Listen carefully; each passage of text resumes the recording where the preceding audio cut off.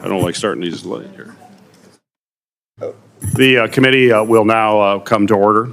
We're coming together at a very important time for the Postal Service, where postal workers just successfully delivered ballot mail during a busy election season and are now ramping up for a peak holiday season.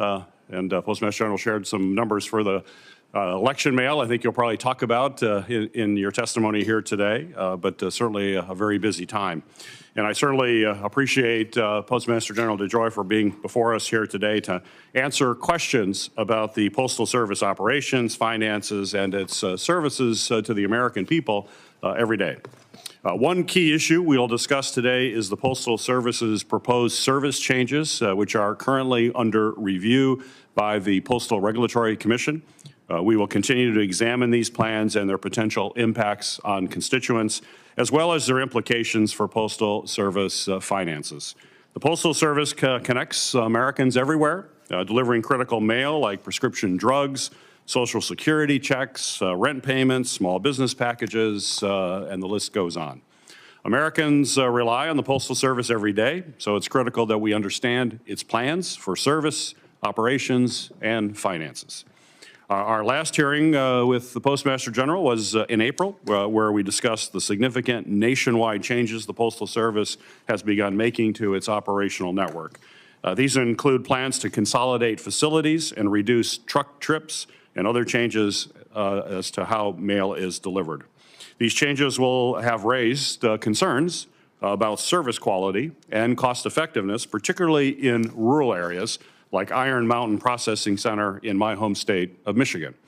At our last hearing and afterward, my colleagues and I urged you to, Postmaster General, to pause and further study these changes before moving forward to fully understand their impacts on the service and cost. As a result, the Postal Service paused a number of facility consolidations until January of 2025. The Postal Service also requested an advisory opinion from its regulator, the Postal Regulatory Commission, to further study these changes. I think this is a positive step to fully understand the impacts through a transparent public process. However, since our last hearing, the Postal Service has also announced new changes, including changes to its service standards, which dictate the speed of mail delivery. Members of Congress, including members of this committee, have continued to raise questions about these changes and about the service impacts. 2 years ago, I led the passage of the Bipartisan Postal Service Reform Act, the first major reforms to the Postal Service in over 15 years. This legislation set the agency on a more stable financial footing, providing over $50 billion in financial relief over 10 years. The Postal Service is not on the brink of financial crisis, but it does need to make careful decisions about how it moves forward. And while the Postal Service is making changes intended to save cost, questions certainly remain about tracking actual cost reductions and the potential for service cuts that also impact the bottom line. Above all, the Postal Service must continue to focus on its public service mandate to deliver to each and every American. And that's why we're here today, to ensure the Postal Service remains accountable to Congress and the American people. The members of this committee and other senators I've heard from are certainly looking for a very open discussion. Mr. DeJoy, thank you. Thank you for being here today, for answering members' questions, and I look forward to a robust discussion. I would now like to turn over the mic to Ranking Member Paul for his opening remarks. Over 40 years ago, Milton Friedman remarked, if you put the federal government in charge of the Sahara Desert, in 5 years there'd be a shortage of sand. While Friedman was discussing price controls and output restrictions in oil and gas in Dubai, this same logic can be applied to the U.S. Postal Service. In 2020, Congress was promised that a $107 billion bailout would put the post office out of the roll and out of the hole it has been within 3 or 4 years. We were also told that the USPS operations would break even by 2031. Postmaster DeJoy sat in front of our committee in August of that year and stated, I am absolutely convinced that with some help from Congress and our regulator, we can do it, and that there is a bright future ahead for the post office. I argued against giving more taxpayer money to the Postal Service suggesting that private business would be better at managing ongoing costs by making the necessary cuts. Unfortunately, my concerns have proven to be correct. The Postal Service's Delivering for America initiative, the bailout, was expected to yield quick results. However, the Post Office lost $6.5 billion in 2023 and is set to lose $9.5 billion in 2024. That doesn't sound like progress. They were losing $1 billion a quarter. Now they're losing $2 billion a quarter. Only in Washington can someone point to losing $2 billion a quarter as a success. Given the continued financial shortfalls, it is entirely nonsensical for the USPS to convert more than 190,000 service workers into career roles since October 2020. If this were a private business, you'd be doing the opposite. If you were a unionized corporation in one state, what do? They actually move to another state and open a non-unionized in a right-to-work state, and that's how they continue to exist. Corporations don't add to their misery by adding and increasing their labor costs. These career roles, government career roles, effectively allow those workers to make 50% more per hour and create decades of benefits responsibilities that will make breaking even in the future even more difficult. When we had pension problems in Kentucky, we did the opposite. We ended up changing from a pension. We went to a contribution plan, and then we gradually are fixing it. It's still taking a long time because we had the old obligations, but we gradually figured out how to go to a new plan where we wouldn't be stuck with all these pensions. These positions are of insourcing jobs that were provided at lower cost before by private partners, so we're increasing the cost of the post office. During the Postal Service Reform Act, I argued that no funding should be given to USPS without changes to its labor practices and cost. Instead, no labor changes were made, and now Americans are left holding the bag of an ever more bloated postal service. The Postal Service has tried to explain away these bad numbers due to the costs that USPS cannot control. But the service is spending $9.6 billion on electric delivery vehicles and spending nearly $40 billion over 10 years to convert and build certain facilities into hubs that so far have resulted in worse delivery and services. In order to keep making these infrastructure updates, the Postal Service is asked to raise its $15 billion borrowing limit with the Treasury Department. Hardly sounds like a success. Private sector companies deal with uncontrolled costs all the time, including the same factors USPS faces like inflation, and they find a way to provide for their owners and shareholders. But they don't do it by adding more union employment. USPS would count for the uncontrollable costs in their budget and stop coming to Congress. You know, you guys should try to fix the problems that keep coming back and asking for more. This hasn't stopped Congress, though, from throwing even more money at the Postal Service. For those counting, that's $120 billion in funding and relief in the past 4 years alone. While $120 billion is already an astounding number on its own, when you consider the sum relative to our nation's dismal fiscal condition, it suddenly becomes reckless. We're over $36 trillion in debt. It's time to do something different. What we're not seeing is anything different at the post office, and I, for one, say it's about time we have some reform. Thank you, Ranking Member Paul. It is the practice of this committee to swear in witnesses, so Mr. DeJoy, if you'd please stand and raise your right hand. You swear that the testimony you will give before this committee will be the truth, the whole truth, and nothing but the truth, so help you God. Thank you. You may be seated, and you're recognized for your opening remarks. Good morning, Chairman Peters, Ranking Member Paul, and members of the committee. I appreciate the opportunity to once again discuss the significant progress that the U.S. Postal Service is making in accomplishing the objectives identified in the Delivering for America plan. When I agreed to take the role as Postmaster General, the nation was at the beginning of a pandemic, and the Postal Service was an organization in crisis, facing a diverse array of challenges that put the organization on a near-term trajectory to financial and service collapse. The Postal Service had lost almost $90 billion, was projected to lose another $200 billion over the next 10 years, and was about to run out of cash before year end. Our over 31,000 facilities were in shocking, horrible condition, with over $20 billion in deferred maintenance and ill-equipped for modern-day tasks. We had not met our service standards in almost 10 years, and had not reduced work hours in over 8 years, despite significantly reduced volume. We had billions of dollars of self-inflicted wounds from poorly evolved packaged products and had an organization and operational strategy that had long ago become dysfunctional. More explicitly, over 57% of our 31,000 post offices did not cover the cost of the people that worked at them, and 76% of our 235,817 delivery routes lost money. We ran 55,000 trucks a day, 70% empty, and had 4 different networks operating at significantly low utilization, wasting billions of dollars. This all came to a head in the peak season of 2021 when we were overwhelmed and dramatically impacted service throughout the nation for many months. This was the dreadful condition and trajectory of the Postal Service prior to the DFA, and there was no plan anywhere to do anything about it. The DFA plan has 5 simple directional objectives to be accomplished in consideration with the laws and regulations that govern the Postal Service today, and the relevant attributes of our evolving economy, environment, geography, marketplace, and competitive landscape. These objectives are to improve our operational precision and organizational effectiveness, to reduce our cost of performance, to create reliable and affordable service, to grow our revenue and margin on our products, to create productive and long-term careers for our employees. These initiatives and the commitment to this transformation has been embraced by our whole organization, and the pace of change and accomplishments are impressive.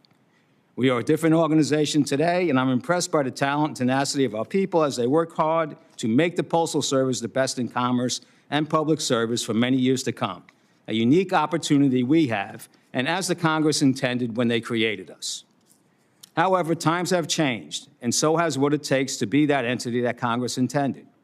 And while we have accomplished a great deal, we are at the beginning of an ongoing journey to evolve with the nation rather than lag behind. In the past, the inability and unwillingness to make the necessary changes when required is what had caused the condition and trajectory of the organization when I arrived here. To understand the full picture that the advisory opinion contemplates and solves, I refer you to my written testimony. However, in summary, we have prepared a comprehensive proposal that has been responsive to hundreds of questions asked of us by the PRC and other parties. Let me share some key points as a foundation to help set aside the fears and misunderstandings that seem to surround the PRC advisory opinion.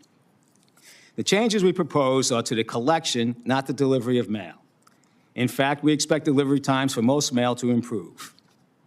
Your constituents receive far more delivered mail than they send, and to further isolate the impact of our proposed change, it is primarily single-piece first-class mail to which we propose to modify the collection schedule and only by a matter of hours.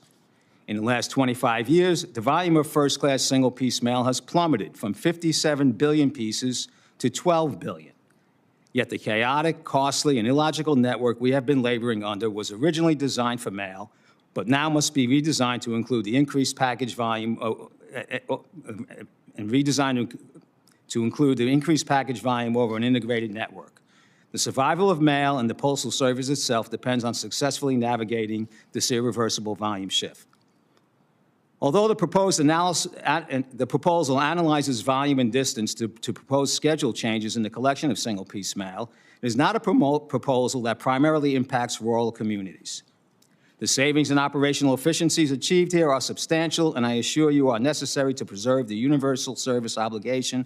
The very mandate that policymakers fear is being called into question is what we are in fact saving.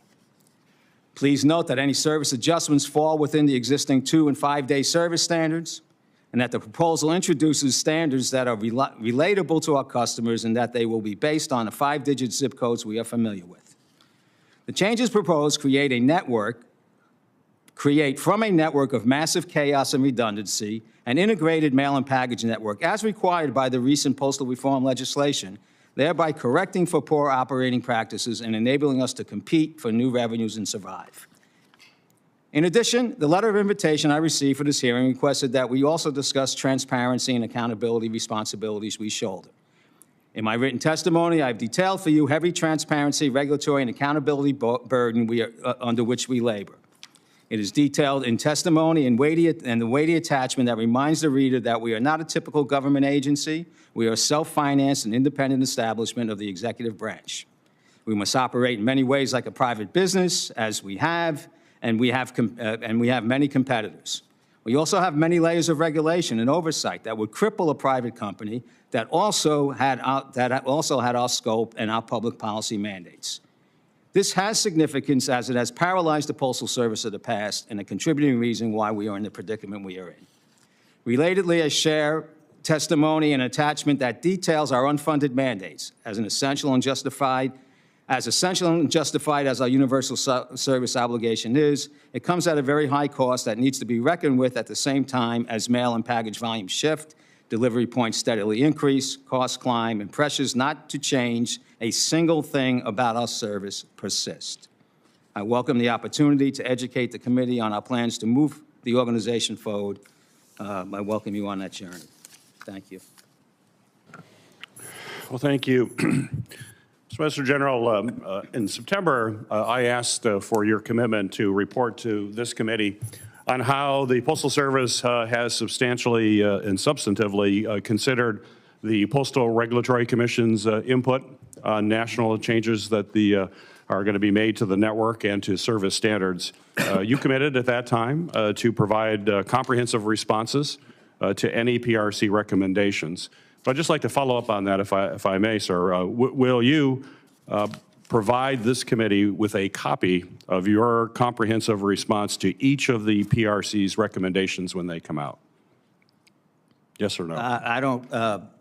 I don't see why, unless there's some regulatory reason or not to. We will submit our responses to the Postal Regulatory Commission, and I think I'm happy to send you a copy of our responses. So you'll provide that to us? Yeah. Appreciate it. For each PRC recommendation, you will provide a detailed explanation as to whether USPS will implement the recommendations as well? We will answer the responses comprehensively. So, to the extent... Including, we asked to the degree you will implement or not. I'm sorry? Including the degree to which you're going to implement or not implement going forward. So there's a specific way that we go about answering questions and that our legal department deals with, but from the standpoint of the organization as a whole, whether we submit it in that or we announce publicly what we're going to do at the same time, there will be full disclosure and transparency as to what we're going to do, what we're actually going to do. Okay, very good. The Postal Service is required to provide, quote, prompt, reliable, and efficient service to all communities, as you're well aware. That includes rural areas. Rural Americans, like my constituents in the Upper Peninsula of Michigan, rely on the Postal Service to promptly deliver Social Security checks, rent payments, all sorts of critical mail. And the Postal Service has announced service standard changes that would significantly impact rural mail. Based on the numbers the Postal Service has filed with the PRC, your plan is to slow down 68% of single-piece first-class mail in rural areas, and that compares to 34% in urban areas. You would slow down roughly 15% of rural mail and upgrade only about 3% of it. These are necessary deliveries for these communities. It would come late. So my question for you, sir, is how does this slowdown of rural mail, if implemented, comply with the Postal Service's obligation to provide service and prompt service to all communities? So I'm not familiar with those numbers that you cite. First off, delivery of mail to rural areas and to all areas will not change, and in many cases, in a few cases, about 10 or 15% will in fact improve. Delivery is not being affected.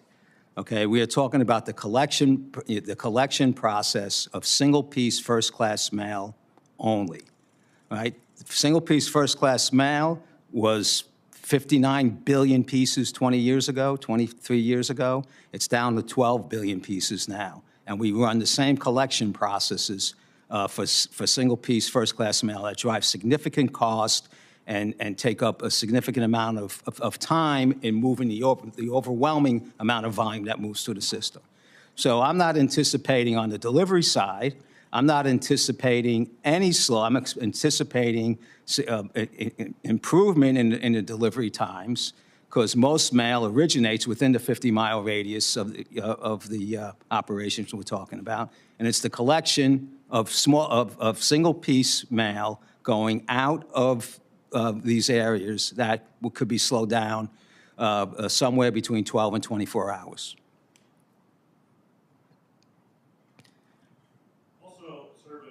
Plans to reduce truck trips in areas across the country, collecting mail less often from outlying facilities and therefore reducing services. You tested this initiative in the Upper Peninsula of Michigan, and my constituents have now reported delays to important mail, like insurance claims, rent checks, the list goes on. There have also been delayed prescriptions, where extra days certainly matter. And cities that were sending some samples to the EPA for as a result of water testing, it requires quick turnaround. They can no longer do that because they can't rely on the Postal Service to get that mail to them on time. The USPS has said that this transportation optimization was a pilot. But my question for you is, are you planning to make that permanent up in the UP? We're planning, so that was an initiative called Local Transportation Optimization. We rolled that out in 12 locations around the nation. Whether service, the incidents that you were speaking about consequences were related to that change or not, I cannot comment on, because there are other reasons why service fails or why expectations are not met. In terms of the changing environment, there are a lot of places where we exceed in service, and part of the rationalization of the network is to meet the standard. But LTO, we went back and looked at it, and it was not consequential enough and executable enough to get the amount of cost savings that we needed, and we've changed to the more regional approach that we're taking, going forward. And that's in our filing. So the concept is the same. The area is just bigger that we're going to deal with. When the Postal Service released its strategic plan in 2021, it called for postal reform, which was completed. It also called for executive actions to change how the Office of Personnel Management calculates Postal Service pension obligations. I sent a letter to the White House pushing for this change, and OPM simply uses outdated accounting rules for postal employees, as you know, compared to other employees. And that puts extra cost onto the Postal Service. This could be changed, and I believe could save billions of dollars while also saving pensions. So my question for you, sir, is are you still in favor of making this administrative change? And could you explain to this committee why that would be important? So there's two areas of our pension that we are interested. One is the CSRS reallocation, when we were separated as an independent agency, from the federal government. We have calculated a significant shifting of the federal government's burden for its retirees at the time onto our balance sheet. And we have, and this is one of the things you helped us with, trying to, writing to get actually executive action to make that change, which the Office of Legal Counsel has said that that requires legislative change instead of executive change. So, but yes, we do feel the calculations show that we were overburdened when we separated from the from the government. There are other things within our retirement plan. I expect to have 610,000 people next year in our organization, and I'll have 710,000 people on my retirement plan. There are things within our investment structure that are killers, to us. This is public. This is private. This is enterprise services money that we have aggregated and put into the into the foundation. We have to invest it as with the federal government, and we don't get the returns like a TVA or an Amtrak. That's one of the other things that we're looking to do. And then there's some other subtle magic that OPM does with their calculations that are punitive to us relative to the age group, the age calculations that they use for us, and so forth. It is a huge issue. It was 80% of our loss this year. In my projections to break even over the last 3 years, we had an additional $10 billion of bills from the federal government on our our retirement plan that we were not expecting, and were well above the projections in the thing. It's no different than any major corporation that found themselves in these particular constraints when they had defined benefit plans. However, in some cases, they're able to raise their prices and so on and so forth, or do their investments so it concurs with the changing marketplace. We had nothing available to us. We could not raise our prices effectively for the changes in the economy, and we could not rationally put investments with regard to meet that obligation. So it is an obligation that will continue to be detrimental to the survival of the organization. Thank you. Ranking Member Paul, recognized for your questions. You mentioned in your testimony that the post office is different than other areas of government, that it has to operate like a private business. You also mentioned that about 80% of the volume of first-class mail has gone down over time. Can you think of a private business where 80% of what they're, doing to make money is going down in volume that would actually increase their employees? Yeah, so, Senator, you keep asking. I mean, I didn't make the laws that organize the United States Postal Service, okay? I came in, as I said, to the condition that we had, and I'm trying to fix it. Now, you exaggerate the hiring aspects. I am 20,000 people less in employment today than when I walked in the door. Okay, I burned 50 million less work hours over last year than we did the year I walked in the door. Is there more or less work being done by contractors versus government employees? Well, that's a good point. I was a contractor in that industry, and again, I walk into the situation I had. The contractors that we had and the contracts that we had and the locations that we had were detrimental to the organization. So I had 2 points to get cost out. Do I shut down all my operations where all my people are, or do I bring in these contracting operations? I have changed huge contracts, from our priority mail system. But I know of no one in private practice or investors who, give advice through a corporate board who would say, you have a declining business model, we're going to increase the numbers, but then when you have a choice of hiring contractors that won't be paid the same wages or pension benefits or health care benefits that you pay your employees, you're up 190,000. You've insourced 190,000 jobs. And it's just sort of inexplicable. The whole point of the reform of shifting the costs, it's not really reform, it's a shell game. We just took a bunch of things that are still costs on your books and we put them on somebody else's books somewhere else in government. It's still a massive cluster in a way that the debt problem is just shifted over to another account. But in doing that, the main thing you were trying to get away from was healthcare costs and pension, right? And so if you compare a contractor or a contracted employee to a government employee, an insourced employee, and you compare the health costs and the pension costs, they're dramatically higher for insourced. So by increasing your number of people who work for the government as opposed to contractors, you're compounding the same problem. You were here with us 3 years ago saying, we can't handle all these other expenses. We need to shift them somewhere else. And so the reform package did that. But in contrast, then you could continue to hire more people instead of saying, well, we have all these extra costs associated with government labor. Why don't we hire labor outside of the government and use contractors?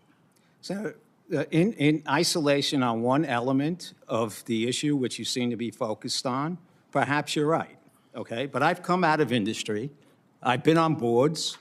I've built an organization in this similar space with 20,000 people, worked in an organization with 100,000 people, okay, and have walked into a situation that had varying activities going on inefficiently across its operation. But I would argue okay? you would have treated I have your own not business converted differently. 140,000 people to full-time Your business was successful, though, not by doing the decisions you're making now. This wouldn't have helped the private businesses. It isn't I have to helping the make post decisions office. within the environment I have. If I move change a collection box time on a blue box, I have the rage of Congress bearing down on me. Okay, so there are trade-offs that one has to make in this step. At the end of the day, we have requirements to have about 20% of our workforce be pre-career, 80% of our workforce You're be... delivering less mail, you need a smaller organization, not a We're bigger actually one. growing in the package business. The objective here is to create an integrated mail and package network. An integrated mail and package network means less places, less contractor places, less of our own places, and putting people... It's hard to point towards success when the debt last year was $6.5 billion and this year's $9.5 billion. That doesn't look like success under any sort of metric. That looks like it's getting worse. If we spend... And the reason why labor is an important part of this is it's estimated that the labor is 80% of the cost of doing business for the post office. For UPS, which is unionized, but a private union versus a government union, it's about 50%. For FedEx, who's non-unionized, the cost of labor to the business is about 38%. So there are cost savings by being outside of government unions, frankly. Even private unions have some cost savings.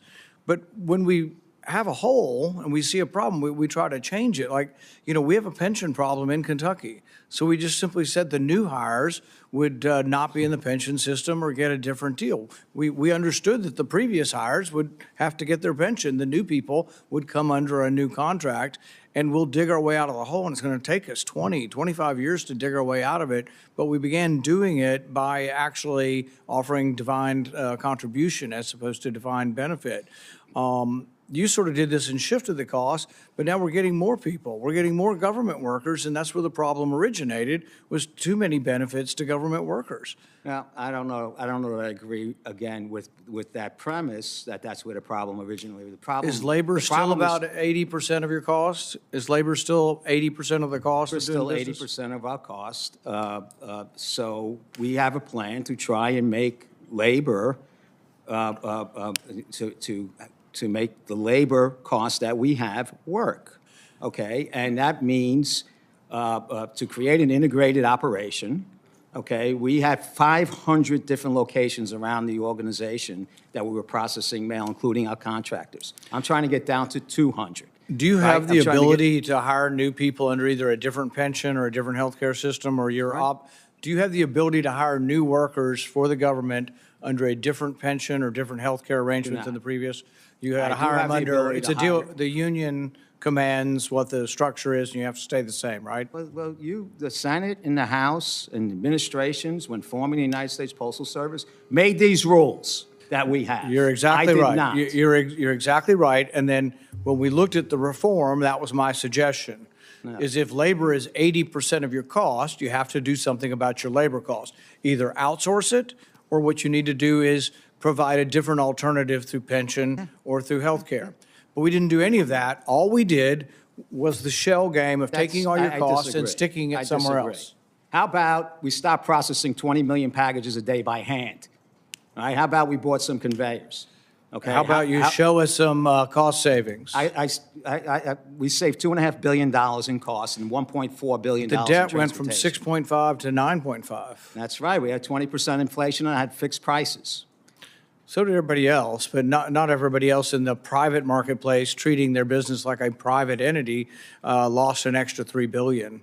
So it just isn't a success story, and it's not your fault. what would you like me to do? I'm not blaming it all on you, but you're constrained by things. But to say it's not a problem, I think, is not to be, just not to be honest with yourself or with everybody else. I've never said it's not a problem. Well, it's a huge problem, and it's a huge problem.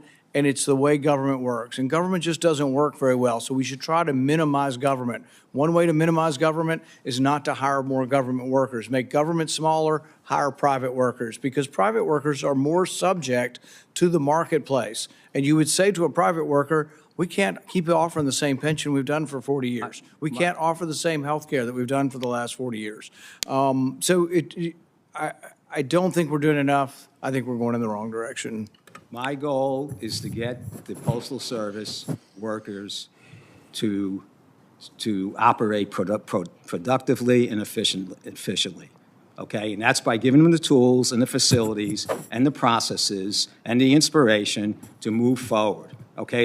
And from the standpoint of service and cost effectiveness of the labor dollar, I think there is much improvement that we have made and much improvement that we can get to. There are other burdens around the organization that I agree with you are a tough hill to climb, okay? But the operational aspects and the growth aspects of the organization, the competitive aspects that it could have deployed 20 years ago, are what we're trying to do now. And while you are all messing around with what the legislation should be, I'm trying to deliver mail-in packages cost-effective in the best way possible, like a private industry would, like a UPS would. That's what I have an expertise in, and that is what my target is operationally and growth-wise, is that the Postal Service should act like UPS and FedEx. With regard to all these other things that you all share responsibility in, okay? I'm happy to work with you, like I worked with you, Senator Peters, on getting the Postal Reform Act passed. I'm happy to do that. Let's do it. Okay, but right now, I know what I'm doing with regard to consolidating the organization, trying to move the organization forward to get work hours out, which we have, to get transportation costs out, which we have, right, and to grow the business, which we have. And we will continue down that path until somebody hauls me out of here. Senator Carper, you're recognized for your questions. Thanks very much, and welcome, Mr. DeJoy. Good to see you. Thank you for your being here. There's several people in the audience behind you that we've worked with in the past. It's nice to see them. One of the quotes, I don't know whose quote this is, but in adversity lies opportunity. In adversity lies opportunity. I'm always that's one of my guiding principles in life, and the adversity that's faced by the Postal Service. There are opportunities as well, and I think you're trying to seize the day on some of those. There are other, I'll say, competitors to the Postal Service who are in the package business, and they don't deliver mail, but they deliver a lot of packages. And I know you guys are delivering a lot more packages as well. But some of those companies have decided over the last 5-10 years that they want to phase out their diesel engines and their gasoline engines, and but have mail delivered in vehicles that do not create carbon dioxide or greenhouse gases. They've done it, and they didn't make that conversion. Those companies didn't make the conversion because they're somehow concerned about the planet burning up, and because of environmental concerns. They did it because they felt that they could actually. There's an economic argument. They thought that they could do this to deliver their products in a more cost-effective way. I think when we passed the big postal bill a year or two ago, a couple of years ago, we tried to provide some money for the Postal Service to, as your vehicles are very old, and as you're making the transformation and modernizing your fleet, to make sure you're buying some vehicles that could be hybrids, they could be electric vehicles. To save money, and not just because it was the right thing. You're being good environmental stewards. Could you give us an update, please, on the rollout of postal vehicle hybrids, electric vehicles, and some of the challenges you've encountered, and how is the Postal Service finding this transition, both on the economic side and on the environmental side? Yeah, thank you, Senator. So as you said, we have over 220,000 vehicles that are over 30 years old, long exceeded their useful life. were burning up on the street when I got here. We have committed both to ICE vehicles and electric vehicles, 106,000 vehicles that we'll be bringing into the system over the next 4 years, of which 66,000 of them will be electric vehicles. So far to date, we have acquired, coming in this year, we'll have about 10,000 electric vehicles coming. Now, it's two sides of that. There's the vehicle itself. We have unique requirements because most of our vehicles have to be right-hand drive as opposed to left, so we can't go commercial off the shelf for many.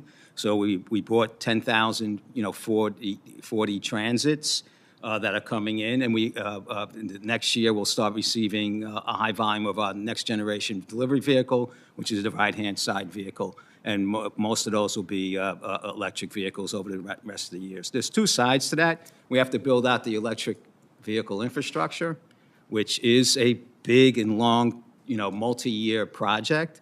And there's imbalances right now in terms of getting the commercial off-the-shelf vehicles that are specifically left-hand drive into the system. But we should be through that in within the next 8 to 12 months to have those deployed. But we are moving forward, as at a pretty good pace. We got the President's Sustainability Award for rollout of electric vehicles. We are now looking at, when originally we looked at a one-for-one charging station to vehicle relationship. We're looking to expand that. We're finding some of our routes can go 2 or 3 days without being recharged. And we're putting that into the model, and that's going to help accelerate the deployment. We're looking at clustering around some of our larger delivery units, where we have 200 and 300 charging stations for vehicles there. Doing alternate days where we have the ability to do that. So the team knew absolutely nothing about, including myself, about electric vehicles when we got here. I think we're pretty formidable, and we'll rise on that. And the other thing, I do think that in my work here and in the other environmental things that we've gone through, I do think there is I think the statistics back 20% of the people order how their packages get delivered based on the environment, and we expect that to grow, and we want to be the preferred supplier in the package delivery business for a certain size package for a certain distance. And we're paying attention to that in our marketing and in terms of our other Good for you. Yeah, I think I'm going to have to cut you off just for a moment here. We vote by mail. Yeah. One other thing. No. I'm running out of time. I'm sorry. Thank you for your responses, and thank you for your commitment to actually doing the right thing, but also the economically smart thing. The other question I want to quickly ask: we've just come out of an election season, as we know, and people all over the country have been voting for federal, state, local candidates or against them. As it turns out, a lot of people voting by mail. And they're finding that they like it. In fact, the majority, I think a clear majority of people don't vote in person anymore. And what kind of opportunities is this provided for the Postal Service? And have we seized the day to take advantage of that? So I didn't hear the last part. Have we done what? Yeah, how has the Postal Service seized the day? What the voters are looking for are easy ways. They want to vote, but they don't want to go stand in line, and the Postal Service can help with that. How are we doing in that regard? So it's an interesting, we, first of all, we perform well. We've just put out our report with 99.8% of the ballots getting, within 7 days, so on and so forth. It was less than in 2020. The voting was less than in 2020. I would say that there are opportunities to make this better, right? We have, we get to a point where where two things can be correct. We deliver 99% of the ballots on time, and you still find 1,000 ballots someplace that didn't make it. And that becomes that's a big issue. And it's not necessarily because of the Postal Service. It could be, but there's 8,000 different voting districts across the nation, across 50 states, with different rules and different types of mail pieces and different requirements. We don't count. We don't say when the vote has to be in, if it gets counted, and all that. And that creates a lot of ugly conversation, between our organization and state secretaries of state and so forth. Simple accusations of something being laid on the mail process creates, a lot of emotion. So I think long term, we did an excellent job. It was a big effort on us. I think a standard mail piece would be helpful to us long term. We're looking at ways to work with the different states, the different election offices, to get into a specific contract type of basis to do that. But yes, vote by mail is here to stay. We've done a good job. Election officials have done a good job, but it's still not where it needs to be, because if we want 100% guaranteed performance, we need to do more together. Thanks very much. Thank you. Senator Hassan, recognized for your questions. Oh, thank you very much, Mr. Chair, and I want to thank you and the ranking member for holding this hearing. Welcome, Postmaster General. It is good to see you. I want to focus a bit on the ways that you can work to strengthen mail service, and I want to also share my concerns about some of the proposals that you have that would make mail service worse in my state for Granite Staters. The Postal Service has a plan to move some postal operations from Manchester, New Hampshire to Boston. I oppose the plan because implementation of it will harm service and delay delivery. I also oppose moving operations from White River Junction, Vermont to Hartford, Connecticut, because White River Junction serves Granite Staters in the northern part of New Hampshire.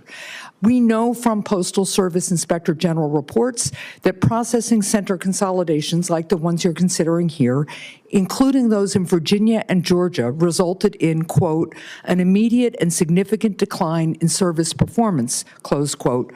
And we know, too, that those declines continued for several months and that these facilities are still struggling to meet their on-time delivery goals.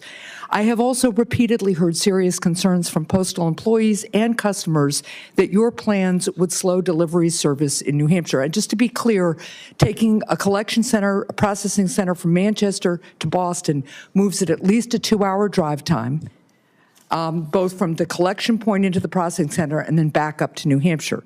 Despite pausing your Manchester and White River Junction consolidation plans earlier this year, you haven't sought an independent analysis of how these plans will impact Granite Staters. So yes or no, will you ask the Postal Regulatory Commission to analyze the service impacts of moving operations from Manchester to Boston and White River Junction to Hartford? And if the Postal Regulatory Commission finds that moving operations from Manchester to Boston or White River Junction to Hartford will cause significant disruptions, will you stop the plan from moving forward? If you're asking me if I would specifically ask the Postal Regulatory Commission to opine on that specific... To have an independent analysis done. Would not. So you won't have that done. No. I'm going to continue to strongly oppose the plans, especially in the absence of an independent review of the service impacts in New Hampshire, because common sense and my own familiarity with the whole region tells me that this will slow down service in considerable ways. How are you going to continuously monitor service as operations transition from Manchester to Boston or from White River Junction to Hartford? And if and when delays occur, how are you going to rectify them? That's a good question, and that is something that we have amped up considerably in terms of operational reviews, performance excellence, GIMBers on site, and so forth. So I can tell you that we have people looking at every bit of performance in all of these moves now, when we have response teams ready to to jump in and make the necessary corrections. Well, what if your monitoring tells you that it was a mistake to take it from Manchester to Boston because it's going to delay delivery in considerable ways? Again, I'm not, a mistake. You may think it's a mistake, and we may not think it's a mistake. A delay, a change in service, and I don't know the specifics. of right now off the top of my head in Manchester. We will have a service standard that is good for the whole nation, and we will meet that service standard. Well, Okay? and because my time is limited, I hear you on that, and I hope you are right, but I believe you aren't. And the reason is, if you slow down collection, if you do collection less frequently, and it takes longer to drive mail from one place to the processing center than it did before, and you're doing less collection, and it's going to take longer to get it back to the state where you need to deliver, my common sense tells me that is going to delay service. Let me move on to another issue. I think you're double counting some of that time. Well, since I'm really familiar with the drives, and I'm pretty familiar with the terrain, and I'm listen to my postal employees a lot because they're really smart people and they're familiar with it too. And I would suggest you might want to talk with them. But let me move talk with on my to employees all the Mr. time. DeJoy. We have limited time. And so I'm going to move on to my next question. While you have focused on making large-scale operational changes, some smaller changes and investment in technology can have significant and positive impacts because they will improve employee safety, they will boost morale, and they will improve customer service. There are two incidents that I want to highlight that demonstrate the need for common sense investments by the service in technology. First, earlier this year, a Nashua, New Hampshire letter carrier was robbed at gunpoint while delivering mail. Thankfully, he was unharmed, but the robbers stole his arrow keys, which are used to access mail collection boxes. Then they used the keys to steal the mail. In response to the rise in attacks on postal employees, letter carriers have called for converting arrow keys to electronic fobs, which could be disabled in the event that the fobs are stolen, preventing further crimes and disincentivizing criminals from stealing them in the first place. So that's one incident. The second incident occurred in Hanover, New Hampshire, where the local post office didn't have access to Wi-Fi for 2 months earlier this year, meaning that the post office was unable to process credit cards to perform basic transactions. As we all know, having reliable internet access is essential for operating a business in this day and age. So will you commit to making common sense investments to improve employee safety and customer service as part of the Delivering for America plan? The Delivering for America plan is all about making investments in our facilities and modernizing the network, so yes. Thank you. These are things that letter carriers and other employees have raised, and we've had to push really hard, for instance, on the Wi-Fi issue. So I would look forward to working with you on that. I only have a little bit of time left, but I do want to just raise one more issue. My office regularly receives outreach from constituents asking for our help in resolving the postal issues they're facing. For example, for more than 7 years, a small business owner in Peterborough, New Hampshire, was able to reliably schedule package pickups from her home nearly every day, whether it was 1 package or 30, whether it was rainy or sunny. After her regular mail carrier retired in 2023, the daily pickups became less reliable, and some days they were missed altogether.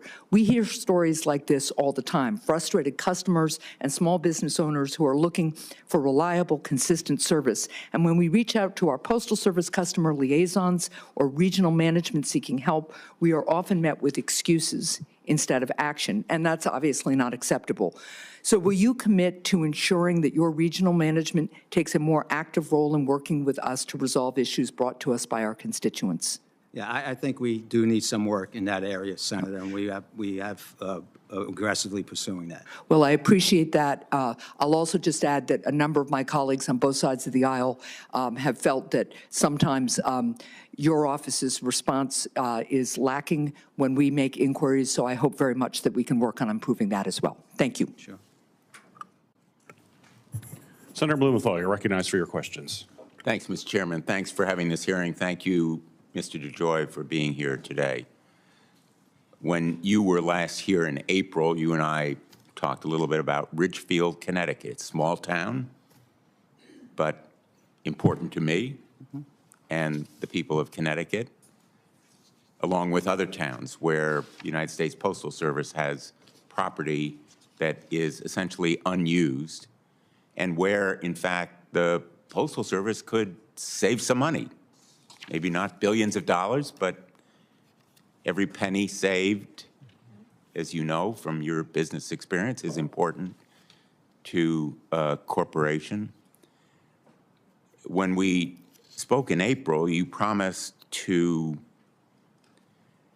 look into the Ridgefield property personally, but all you did afterward was cite a September 2023 letter from one of your government relations people, Scott Slusher. Is he still with you? Yes. Is he here today?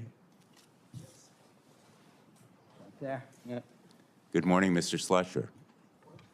Mr. Slusher told me in that letter, quote, during our peak holiday season when mail and package volumes dramatically increase, the lot will be needed to accommodate the foreseeable needs of our customers and the additional seasonal employees we employ to meet those needs. When was the last time, Mr. DeJoy, you visited Ridgefield, Connecticut? I don't know that I've ever been to Ridgefield, You've Connecticut. never been there. No. Has Mr. Slusher ever visited?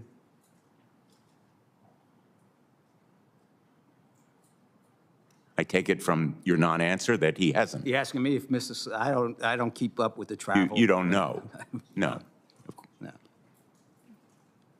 Let me show you a photo of that lot. Last December, December 27th, during the peak holiday season. It's empty. It's empty every day in December. It's empty every day during the year. That lot is unused. The small businesses on Main Street want to make that lot available for parking. They don't want to take anything away from the United States Postal Service. And the non-responsiveness, I'm tempted to say stonewalling, of the Postal Service in response to their and my request, the town of Ridgefield, so that that property can be used for parking, enabling more customers for those small businesses on Main Street, I think is really unacceptable. Will you come to Ridgefield? Sure. We'll set it up with your office during the peak holiday season. I make trips. You'll love People invite Ridgefield. me, I'll come to Ridgefield. It's especially beautiful in the peak holiday season. And while you're in Ridgefield, maybe we could also visit Milford, Norwalk, East Hartford, where there are properties that could be sold by the Postal Service. They're essentially unused. Postal Service could make some money. Yeah. And right now, it is essentially refusing even to respond as you have done essentially on Ridgefield. So, first of all, I'll take the whole tour. All right, I'll come up. But we are in a process, we have these requests throughout the whole nation, and we are in a process of looking at 31,000 facilities across the nation, trying to determine what we're going to stay in and not stay in, where we're going to park electric vehicles, where, you know, and so forth. So we are in a status of evaluation. Okay, we will get through this as we work through our whole network, where our sorting and delivery centers are going to be, what our retail configuration is going to look like, and so forth. And then that will be the time for us to move out in terms of looking at the monetization. But the problem is, Mr. DeJoy, and I apologize for interrupting, but my time is limited, as you well know, that in Norwalk, they are in the process of redeveloping their downtowns now, in real time. But Senator, that's In everywhere. Milford, they are redeveloping a downtown. They want to provide you with reasonable alternatives for the postal property if it ever is going to be used. In Litchfield, I mean, I could go through a number of towns where in real time right now, there are businesses and taxpayer interests, and your customers are at stake. Why can't we move on some of these properties right away rather than the post office, in effect, with all due respect, stonewalling the people of Connecticut? I don't know that we are. I do believe that we need to and have started a process to engage. I just was with a couple of congressmen in their towns looking at some of these projects. I do think we need to get into a better dialogue, more meaningful dialogue with local constituents, quicker in terms of the decisions that we need to make and the reasons why we can't relinquish or can relinquish the property. I think we need to get better at that. Doesn't change the answer, in many cases, because we do need many of these properties. So I don't know. I mean, do you want me to look into this further?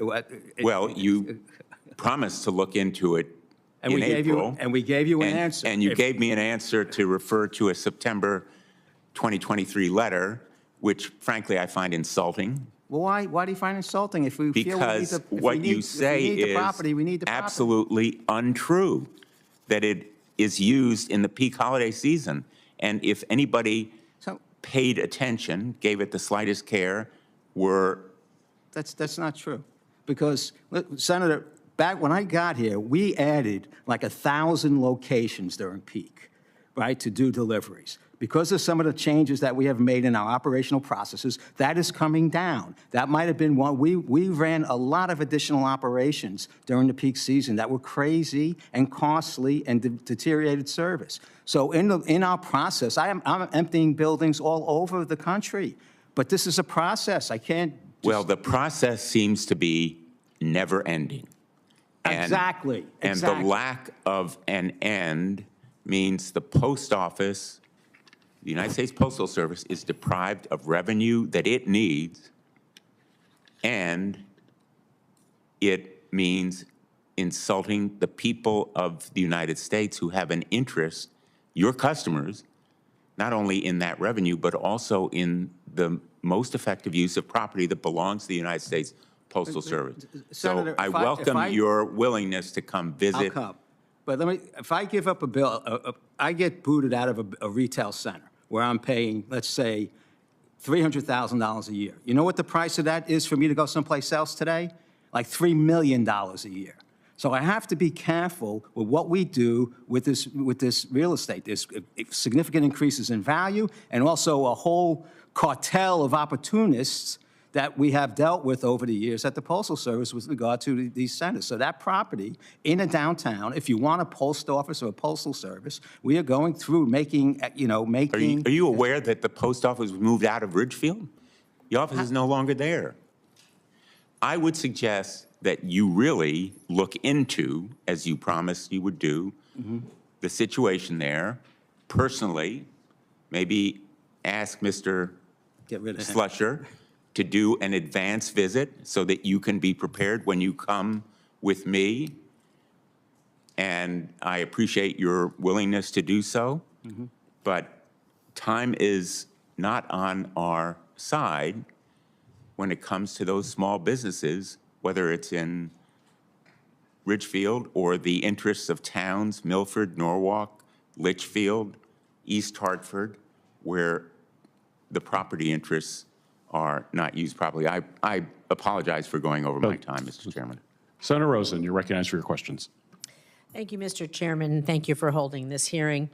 I do want to say that I'm very concerned, Postmaster, about your dismissal or lack of consideration of doing specific analysis in areas of concern regarding our mail delivery and our postal assets. And I might remind you, as I follow the distinguished senator from Connecticut, that today, that this body has oversight responsibility, and we do expect timely collaboration in these important issues that affect each and every one of our constituents and our communities and our state's economics. So I'm going to move on, Mr. DeJoy. The last time you testified before this committee, we discussed my concerns for your proposal for the Reno Processing and Distribution Center. The proposal, as originally crafted, could have led to significant delays in mail delivery. While I appreciate that after months of pushing, USPS finally responded to my calls to keep in-state mail letter processing in Reno, I do remain concerned about the overall implementation of your Delivering for America plan. According to the USPS online performance dashboard, while the standard for receiving and delivering mail in Reno is 2 days, USPS is currently averaging 3 to 4 days in certain zip codes in Reno. And so, can you speak specifically to Reno, if you may, what the USPS is currently doing to get our delivery times down in northern Nevada to the 2-day standard, and when we might expect that? Yeah.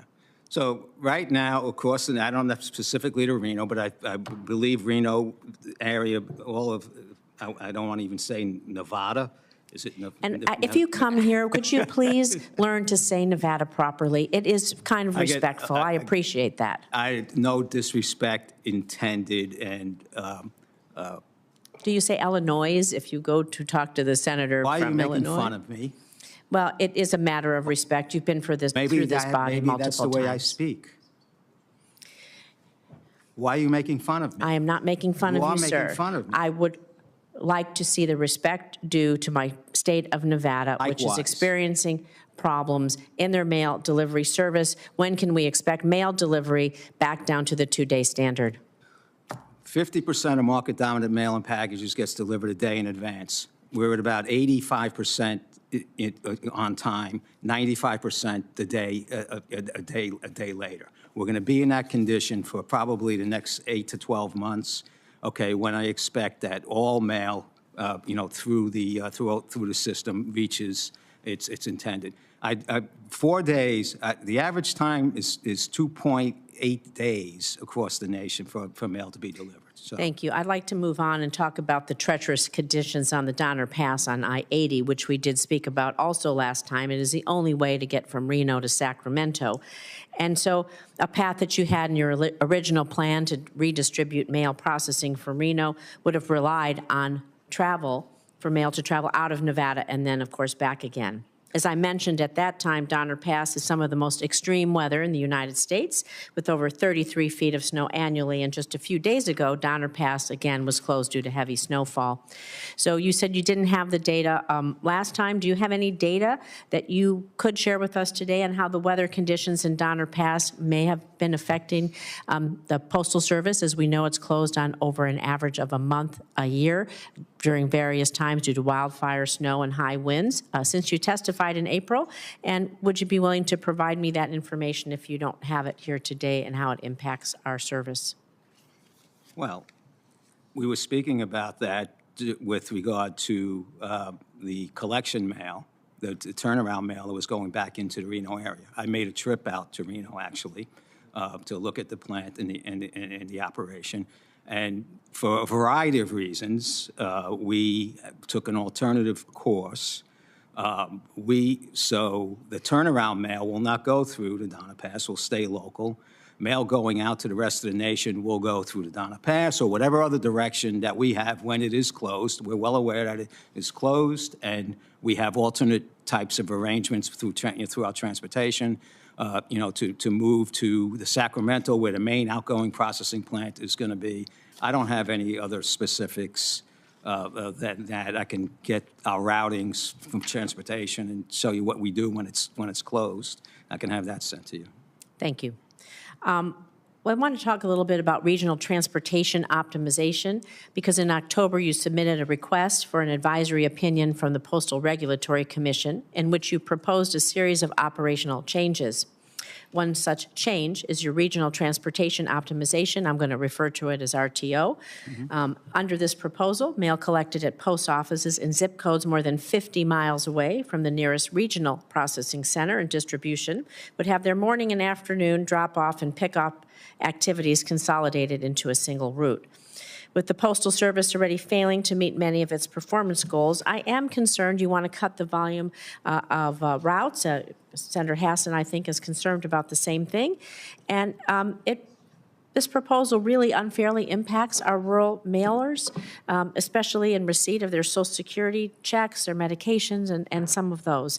And so despite concerns that I know many of us have shared with you, you've decided to move forward with I believe is a misguided proposal and citing a yet-to-be-proven gains in efficiency along the later legs of delivery.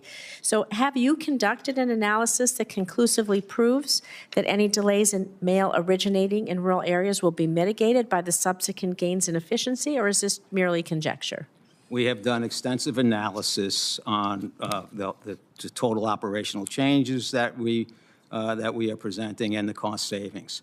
First off, delivery into these areas will be enhanced because most mail, almost 90% of mail packages originates within a 50-mile radius, and nothing is changing to the delivery.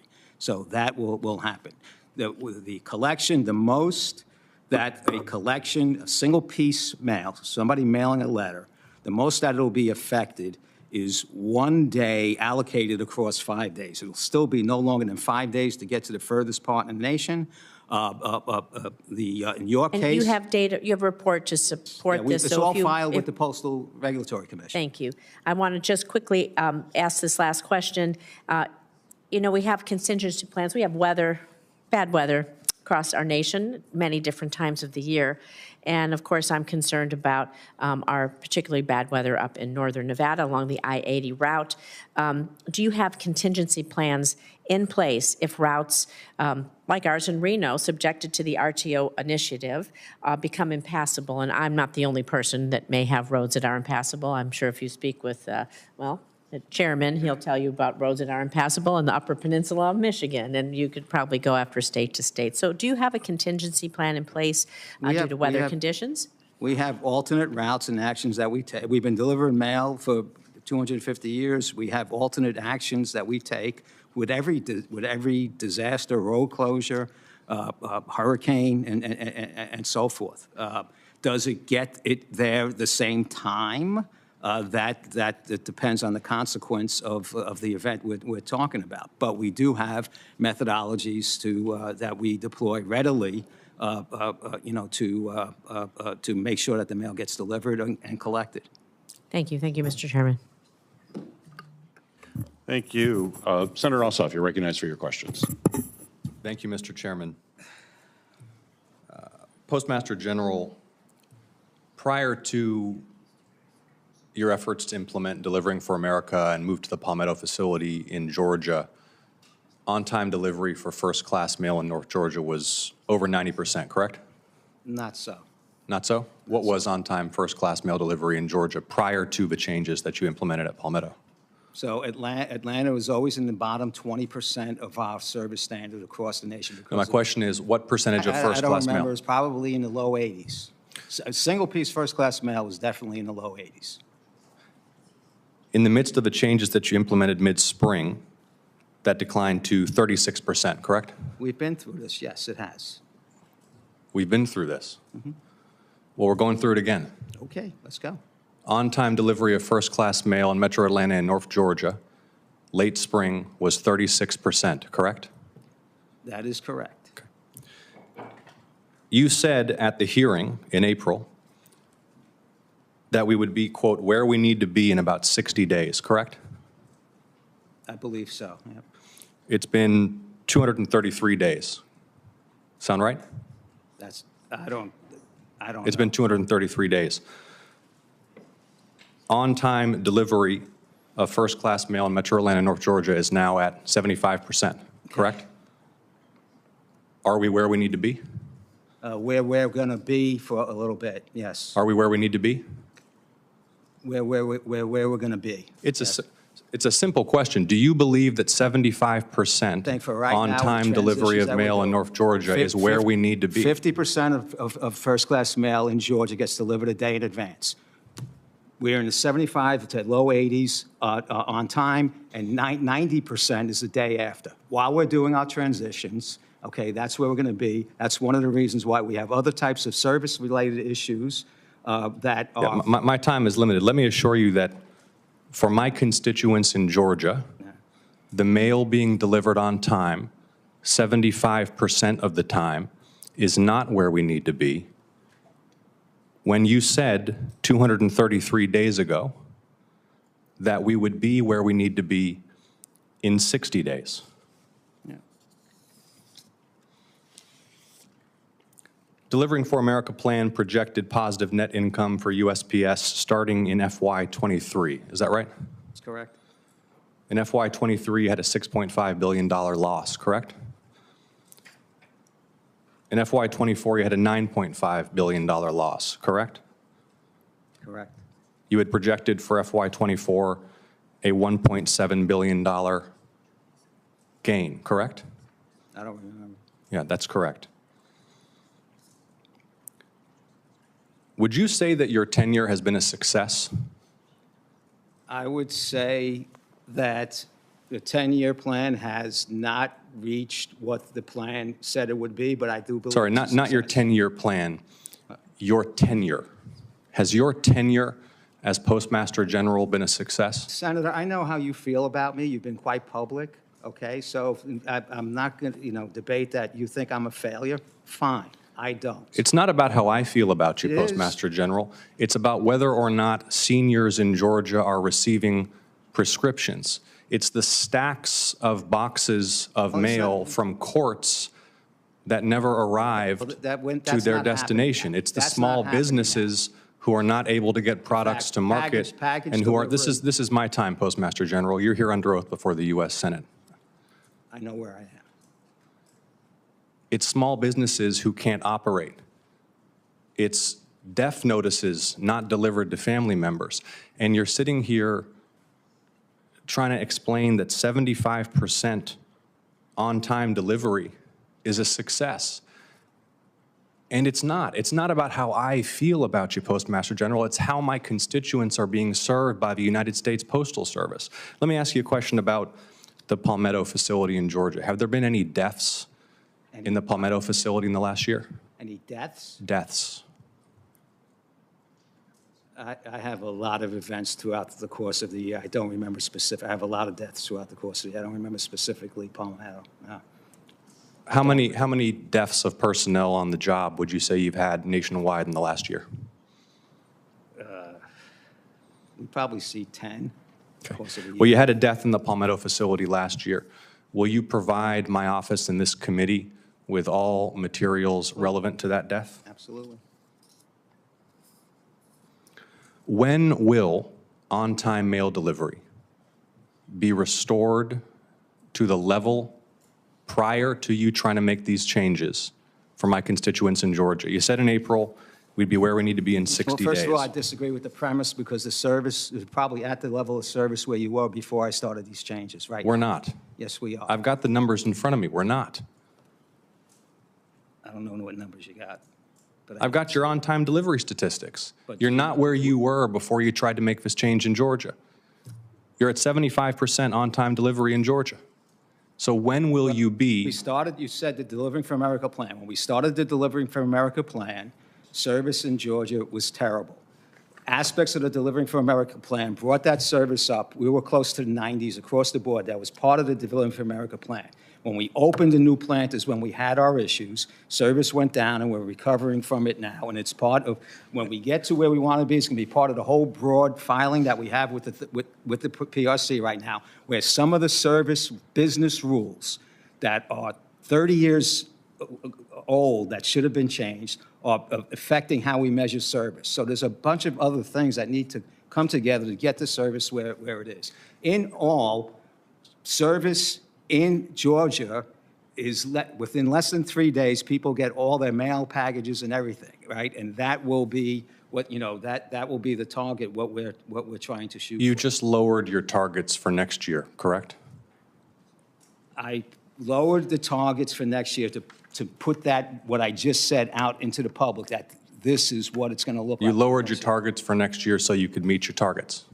So I can make the changes that we need to make to provide a viable United States Postal Service. Well, Postmaster General, you're not meeting your financial targets. You're hemorrhaging cash when you said you'd be making money.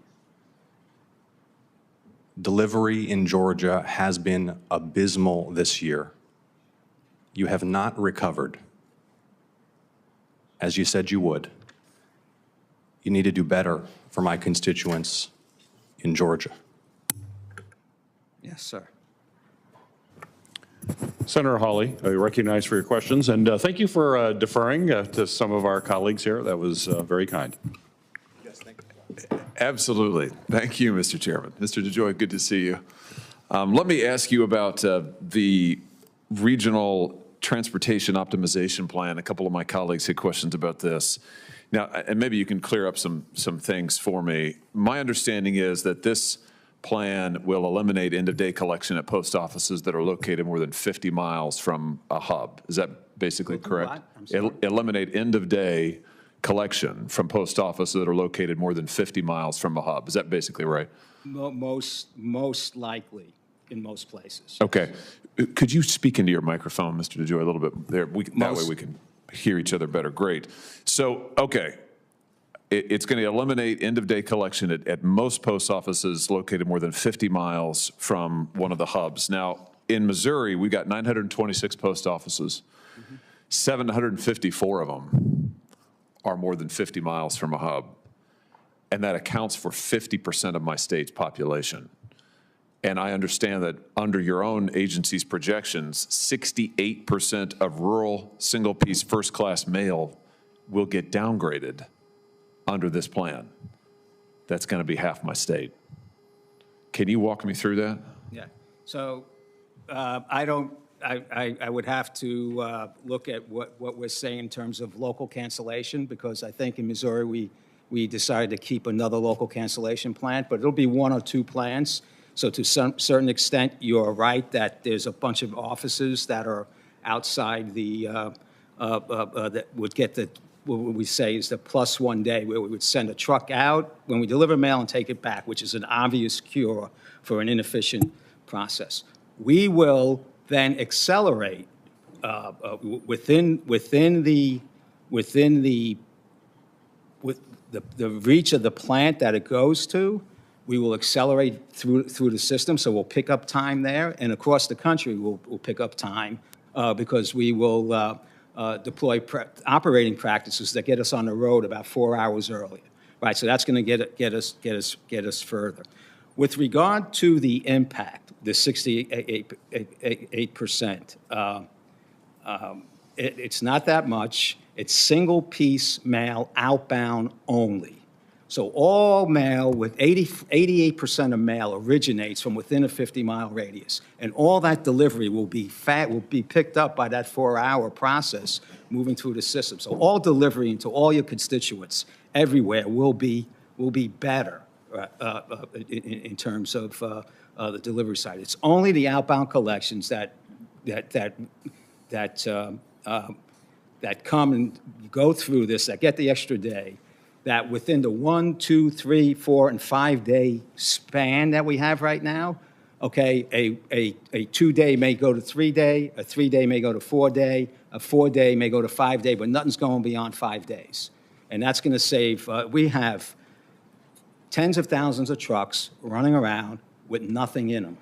Right, and that is a big reason, to make the change. So I think, within, on a single piece mail, and I'm not diminishing its importance, but somebody mailing a letter to, a card or something like that may get a day later within the 5 day constraint.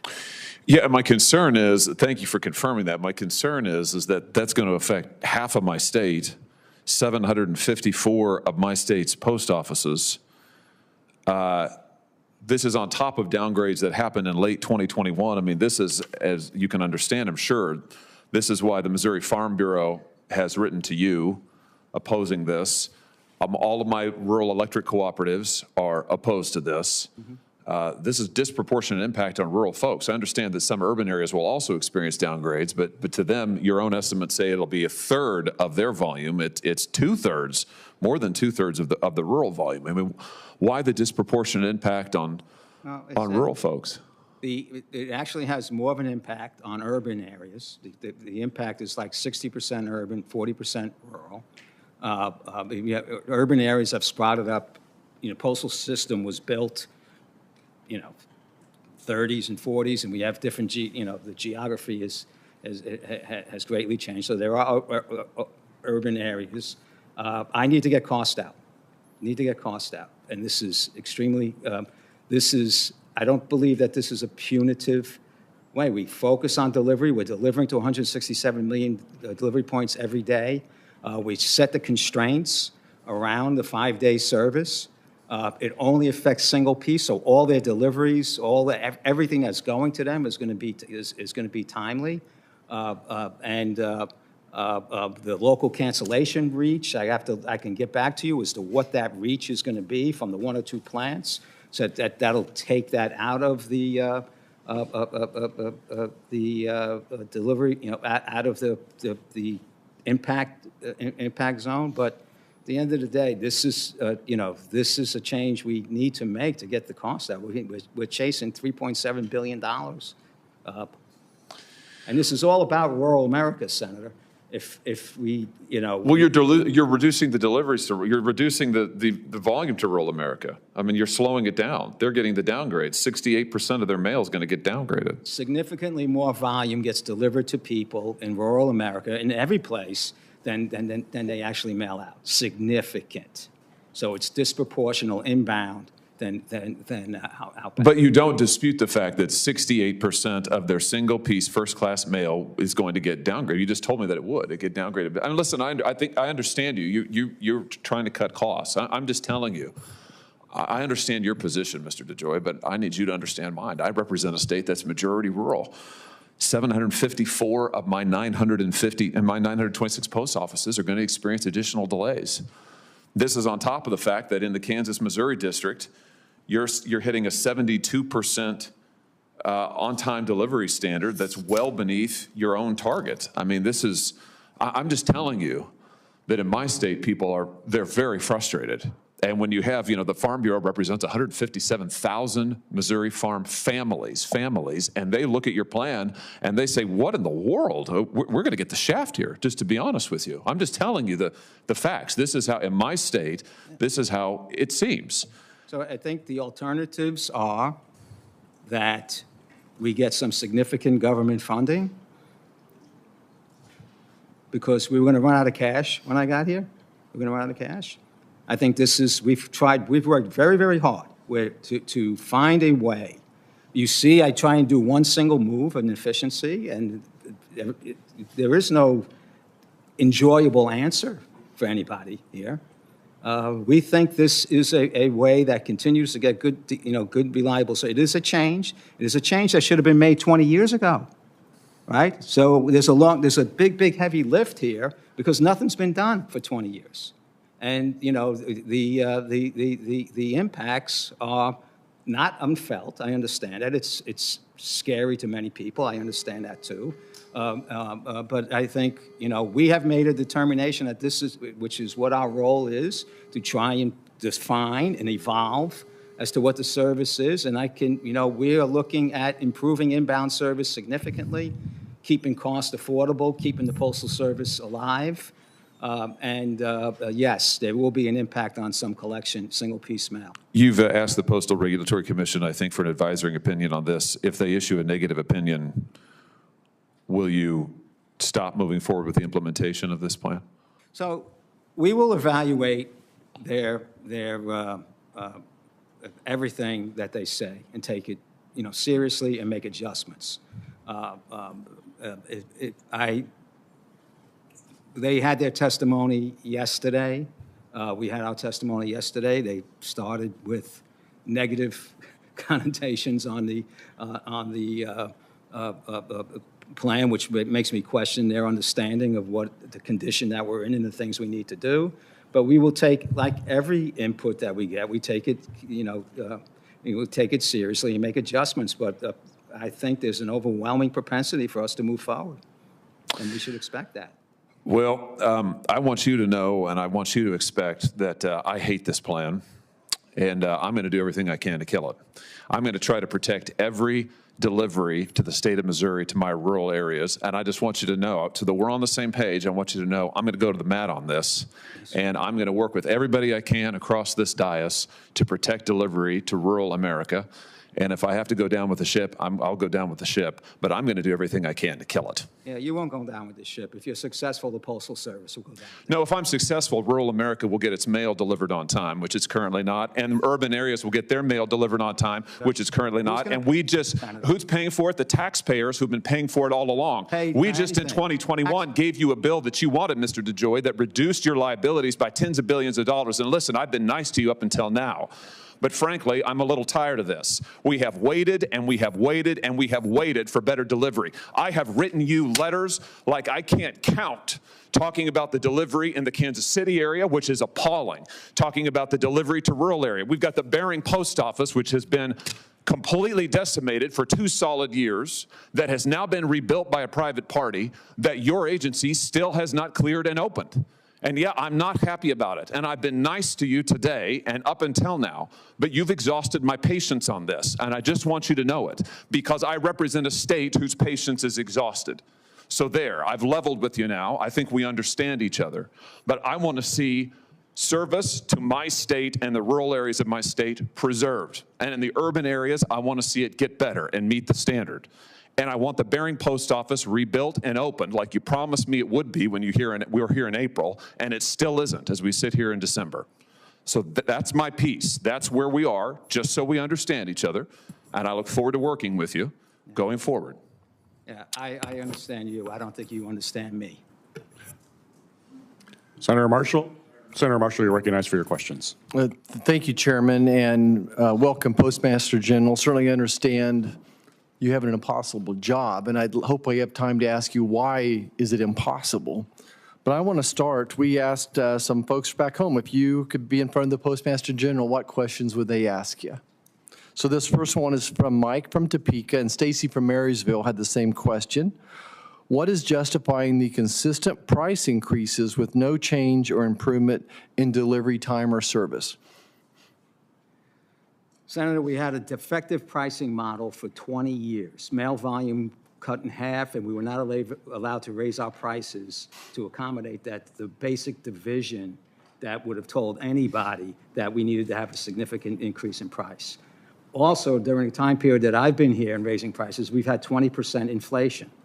So under any circumstance, okay, the price, the prices that we have, the only thing we've raised our prices on have been mostly the inflation, right? And that is the case. The service was deteriorating when I walked in the door. It had been bad. It was getting worse, and we are trying. And the trajectory has to be stabilized before we start getting better. Thank you. I'll go to the next question. This one's from Dana from El Dorado. A lot of folks in rural Kansas do not get their mail in a timely manner. First-class mail used to get anywhere in the United States in 2 to 3 days. What changed? The standard. The standard. It's 5 days now. The standard is 5. It's 2 to Why? 5. So why was the standard changed? Because the operational cost because mail volume had declined 50%, over 50%. We were flying. We spent $3.5 billion flying mail around the country to meet the 3-day standard when I got here, and we're running 50,000 trucks a day empty, right? So I don't own planes. We canceled those contracts that were flying all the stuff. We put everything on truck, and that's our on a ground service, and that is our big initiative. Has that project been successful? Yes, we've taken $1.5 billion out of our transportation budget. We got service up to the 90s, in the 90s across the board until we started making these physical distribution changes, Okay. which are painful. Okay, next, we sent a poll out to over 400,000 Kansans this week. Everybody was not a push poll, and over half of the Kansans in their said their mail delivery services are unreliable. So over half of Kansans said the mail delivery services are unreliable, and nearly 70% said they have personally experienced delays in the past year. How do you measure success? Certainly you're not going to call that success, I would assume. No, we have issues in Kansas. We have issues in Kansas. I'm aware of the service issues in Kansas. And we are working on the plant there is old. It's a 3-story building. There are other operational issues that we have in Kansas, and I am working a strategy specifically to enhance the service in Kansas. That is not a result of anything in the plan, right? It's a result of operational issues that we have in Kansas, and I recognize it's there, and we're going to fix it. So how would you measure success?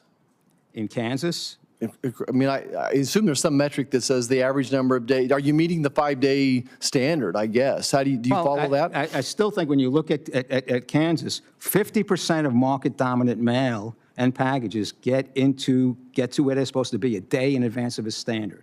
We have, in your case, you said 77, so we might be 77% on time, but the next day, we're within 90, we're in the 90s.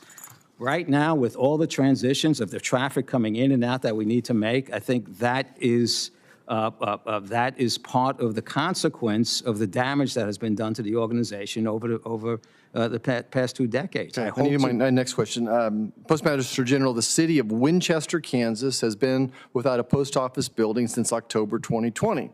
City officials have been provided with a draft lease from the USPS, but have not received a signed, finalized lease allowing them to begin constructing a new building. Can I get your commitment today that a finalized lease will be returned to the city of Winchester by the end of this year? By the end of this year? I can check. I know that's in process. I'll check out what the timing. What's a reasonable time then if it's not by the end of this year? Sure. I will. Let me get back to you. I'll go check on that when we get back to the office. I am trying to accelerate all our leasing practices. It is a laborious. It's Winchester, Kansas. Okay. Yeah. I think you kind of alluded to this audit by the Inspector General in the Kansas City region. Mm-hmm. What's getting better there? Tell me just, what's improving? How are you measuring that? Can we expect improvement in 6 months, in 3 years? I think in the coming year we should have, in the coming year we should have, Kansas is in the middle of the country. Most of the service is 3-day service in and out, in and out of the country. And that's a tough service lane for us now because we're trying to stretch the transportation dollar and fill our trucks. So it is cumbersome when we're looking at some new routings and some new transportation modes that I think over the next 6 months we will start to see them take shape. Okay. But I still, we are. When I got here, there was the tail of the mail. If it didn't get there on time, it disappeared for 10 days. We are really focused on this window of, within 3 days, okay. Okay. Measuring that. I'm going to close with this question, Postmaster General. Explain to me where the resistance is. I think you're sincere. I think you want to fix the post office. I don't know that I could fix the post office. Besides throwing money at it, where's the resistance? I just feel like when I can see the strain in your voice that you want to fix this, you came in here, you want to. Who's the resistance to fixing this problem? I think there's a romance with an organization that long ago lost its ability to do the service that everybody expected. And that is what's at the issue here, right? It was obvious in the past, we let it go. There was a significant resistance to I have calls with congressmen, senators that even understand my plan. They say, just not in my district, not here, not there, right? I have my own people, 640,000 people that need to learn how to operate like FedEx and UPS. That's the only way we survive. So that sounds like resistance to me. It's not resistance, it's... So FedEx can do it, but you guys can't. It would have been easier for me to build a new postal service than to transition this one, because we're also delivering 400 million pieces of mail and packages a day, right? 400 million. Pretty reliable if you say within 3 days, pretty reliable. If you tie all the other regiments that we have, right? We have a postal regulatory organization, a regulator that doesn't understand modern day logistics and productivity and aggregation, right? So we have a laborious process. We have significant unfunded mandates that are given upon us by this, this Congress. All right, I can go on, sir. Thank you. Postmaster General DeJoy, thank you for being here today. As you heard, members of our committee have lots of questions, and we appreciate you being here to answer those questions as we continue to exercise our oversight role as a committee. The record for this hearing will remain open for 15 days until 5 p.m. on December 19th, 2024 for the submission of statements and questions for the record. This hearing is now adjourned. Thank you.